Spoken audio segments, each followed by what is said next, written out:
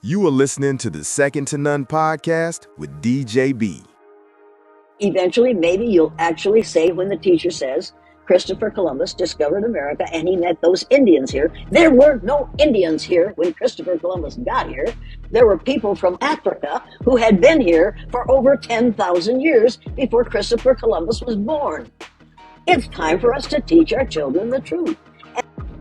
Talking to foundational Black American Negroes. Happy New Year's 2026. Welcome back to the Second to None podcast, and I'm your host, DJB. And today we talking culture, history, and kingship. Sons and daughters of Abu Bakr, a preservation of American Negro oral history. Before the ships, before the chains. Yes, before the slave ships, there was the African ships. Before captivity, there was command. Before silence, there was memory. This episode exists because the official story of the American Negro history is incomplete. It tells us where we were delivered, but not where we came from. It begins with chains, but it does not explain the people who were chained. Should Africa now bow to its king, their offspring, the American Negro? Some say Killmonger's story in Marvel's Black Panther comes from real-world struggles of the American Negro and the African diaspora, and inspirations from figures like Tupac Shakur, blending themes of colonialism, racial injustice, and vengeance for lost heritage to create a complex antagonist driven by the trauma of his father's abandonment and his own harsh life in America. His character explores the anger and pain felt by Negro people experiencing oppression, channeling it into a violent, world-altering revolution against perceived oppressors. Our elders always knew this. They did not always have documents, but they had memory.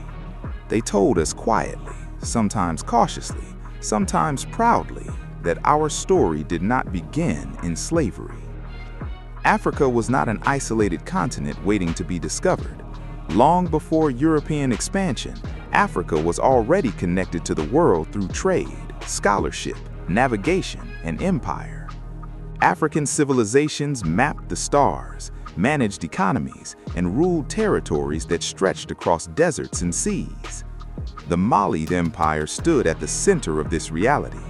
It controlled gold that powered global economies.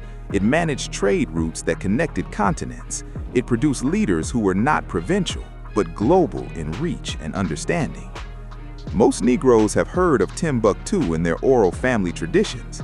It was a major African center for learning and culture, renowned from the 14th to 16th centuries for its vast libraries, universities like Sankore, and scholars studying science, law, medicine, and spirituality, preserving knowledge in countless manuscripts that revealed Africa's rich written history. Though extremist attacks in 2012 threatened this heritage, prompting global efforts to digitize and protect it. The Golden Age, its peak of affluence and learning, occurred during the Mali Empire, particularly in the 15th and 16th centuries. Commercial and cultural crossroads, Timbuktu's wealth from trans-Saharan trade, gold, salt, funded its intellectual growth. Tangible heritage. The manuscripts provide concrete evidence of the Mali Empire's sophisticated culture and intellectual contributions far beyond oral traditions. Yet when the story of the Negro in America is taught, Black presence appears suddenly and without history. The implication is that we arrived without memory, without knowledge, without agency. That framing was intentional. This podcast exists because what was erased from books survived in families. This oral tradition should be respected just like any other oral tradition we respect here in America. Like the American Indian, the American Negro has an American-told history and a kingship to Africa that should not be forgotten. Oral tradition is not myth. It is what remains when written records are denied, destroyed, or ignored. It is how people protect truth when power controls paper. We are not here to argue with institutions. We are here to preserve what our elders told, taught, and trusted us with. Who is Master Abu Bakr in the Western Sea? In the early 13th century, the Mali Empire stood as one of the most powerful empires on Earth. Its wealth was not symbolic, it was measurable. It influenced trade, currency, and political relationships across regions far beyond West Africa. At the center of this empire stood a ruler remembered as Abu Bakr. He inherited power, stability, and wealth beyond imagination. Nothing forced him to give it up. And yet, he did. According to preserved historical accounts, Abu Bakr abdicated his throne voluntarily. He did not do so because of revolt or failure. He did so because of belief. He believed there was land beyond the Western Ocean. This belief was not treated as fantasy. It was taken serious enough to justify the largest known maritime expedition organized by an African empire. Ships were built, crews were assembled, supplies were gathered. This was not a symbolic journey. It was a planned voyage backed by imperial resources. The expedition sailed westward across the Atlantic. It never returned. Abu Bakr himself joined a later expedition. He did not send others while staying behind. He went with them. He did not come back. This matters. You do not abandon an empire to chase a rumor. You do not invest fleets and lives into myth. You do it because you possess knowledge that does not appear in surviving records. This is where written history pauses, but this is also where oral history begins. Among American Negro communities, stories survived of Africans crossing oceans before captivity, stories of people already here, stories of arrival without chains. Abu Bakr's disappearance did not end his legacy, it transformed it into memory. His brother shook the world economy. After Abu Bakr's departure, leadership passed to his successor, Musa.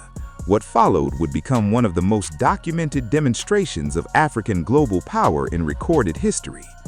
Musa did not inherit a weak empire. He inherited a system already commanding wealth, trade, and influence. What made his reign unforgettable was not conquest, but exposure.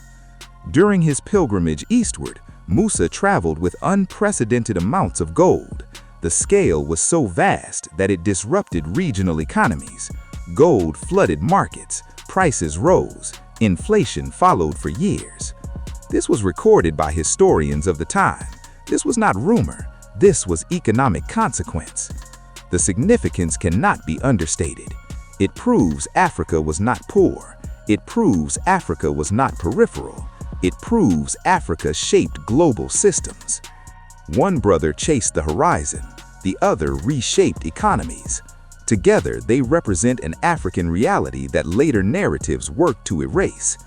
When American Negro elders spoke of a time before slavery, this was the power they remembered, even if names changed and details softened over generations.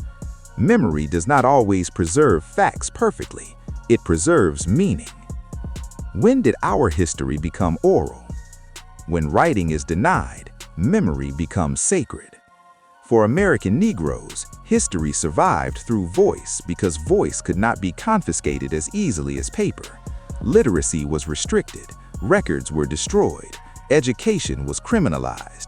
You were reclassified over and over, then from slaves to natives to Negroes to American Africans, and now so-called blacks. So memory became the archive. Grandparents became libraries. Families became institutions, stories became shields. Oral tradition exists because silence was enforced. It exists because truth needed somewhere to live. These stories survived across families that never met each other, across regions separated by distance and time. That consistency matters. When multiple communities preserve similar memories independently, it is not coincidence, it is continuity. Oral history does not compete with written history, it completes it. The Negroes are the sons and daughters of Abu Bakr. To say we are the sons and daughters of Abu Bakr is not a claim of royal paperwork, it is a declaration of inheritance. It means our identity did not all begin in captivity. It means we descend from people who navigated, governed, and planned. It means slavery was an interruption, not an origin. Yes, Lord.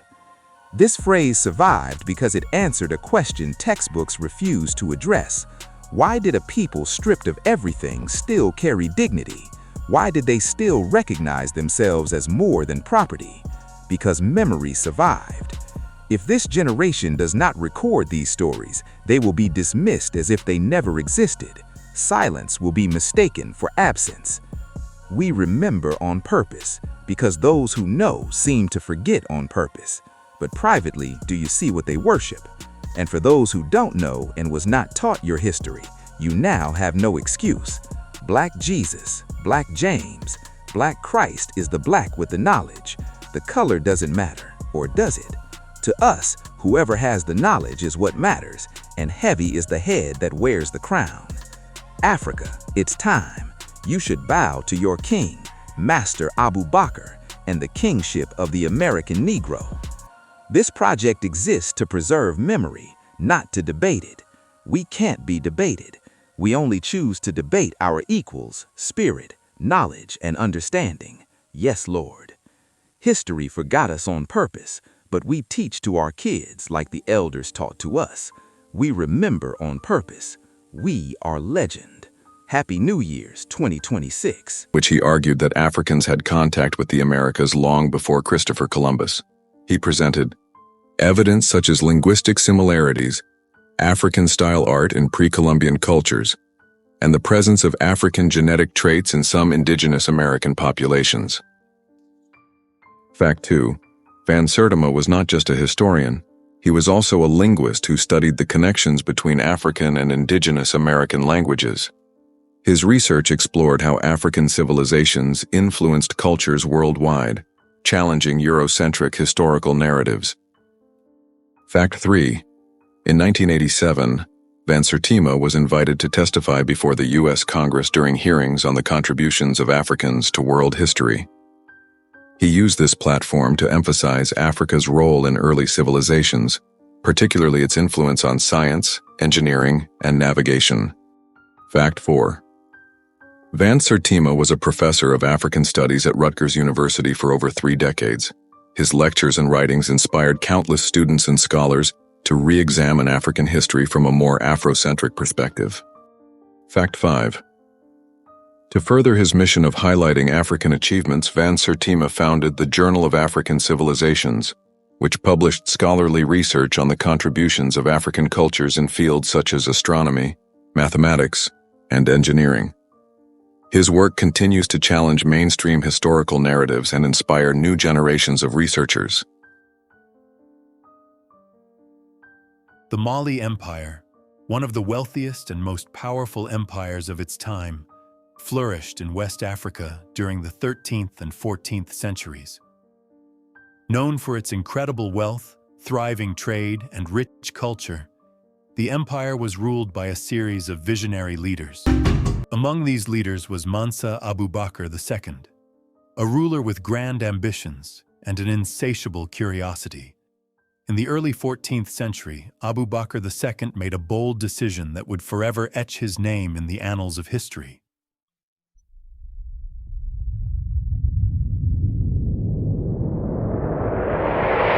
And set sail across the Atlantic Ocean. His goal? To discover what lay beyond the horizon and expand the empire's knowledge and influence.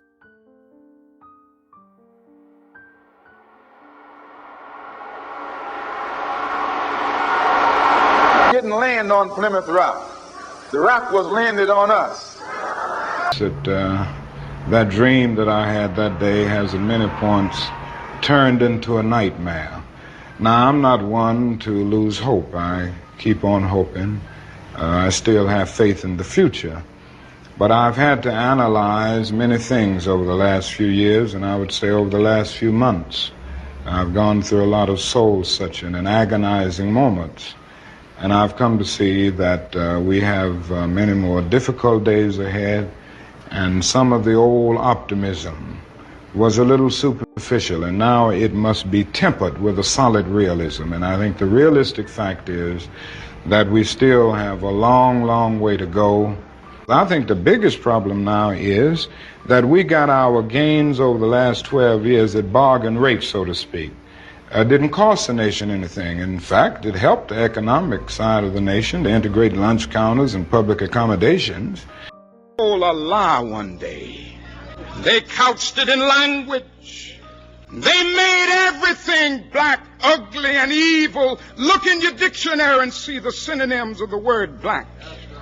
It's always something degrading and low and sinister. Look at the word white. It's always something pure, high, and clean. But I want to get the language right tonight. I want to get the language so right that everybody here will cry out, yes, I'm black, I'm proud of it, I'm black and beautiful.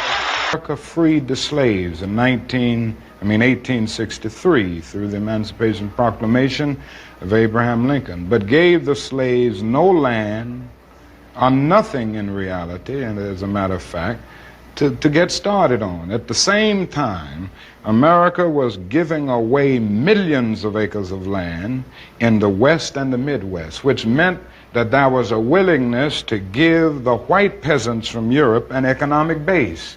And yet it refused to give its black peasants from Africa, who came here involuntarily in chains and had worked free for 244 years, any kind of economic base. And so emancipation for the Negro was really freedom to hunger. It was freedom to the winds and rains of heaven. It was freedom without food to eat or land to cultivate, and therefore it was freedom and famine at the same time. America. Yeah. I'm worried about our nation because it's sick with racism still. Just think about the fact that we live in a nation which was founded on the principle that all men are created equal. And yet men are still arguing over whether the color of a man's skin determines the content of his character. And I believe that the Lord told me to say to the United States of America that is sick with militarism and is sick with excessive materialism. Have you ever thought about it? There are between 38 and 50 million people in the United States of America who are poverty-stricken,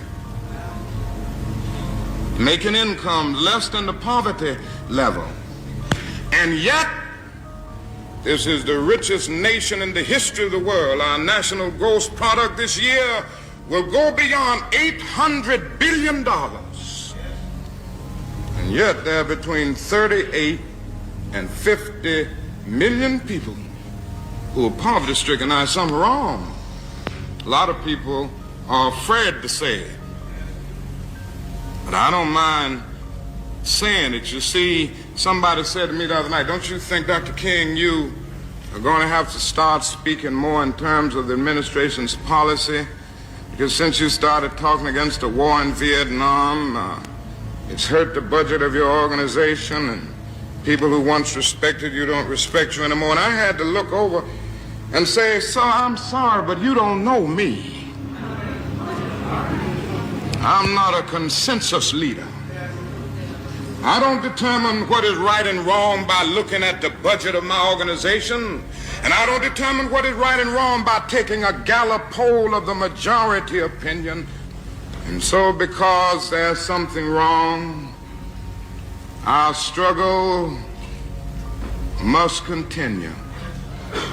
And what we must see is that our nation's summers of riots are caused by our nation's winters of delay.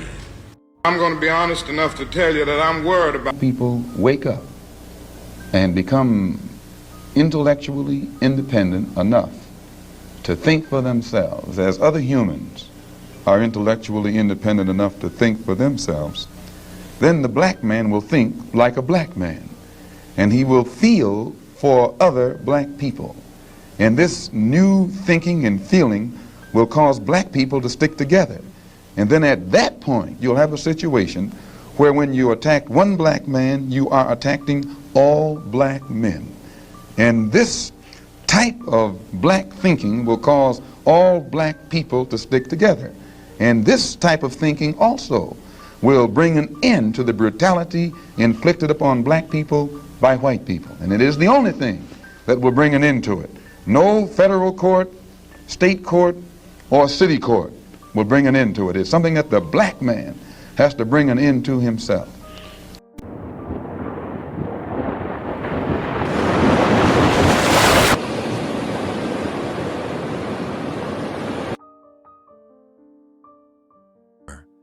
Ascended his throne aboard the grandest of ships, his presence commanding the endless horizon. With the vast ocean before him, he laughed in the face of fear. Sea monsters whispered myths of the abyss, and the terrifying edge of the world could not shake his resolve. The fate of Mansa Abu Bakr II and his mighty fleet remains cloaked in shadow. They never returned to the shores of West Africa, deliberately erased, a legacy stolen from the pages of history. The legend of Abu Bakr II's daring voyage endures, igniting the imaginations of historians and adventurers alike.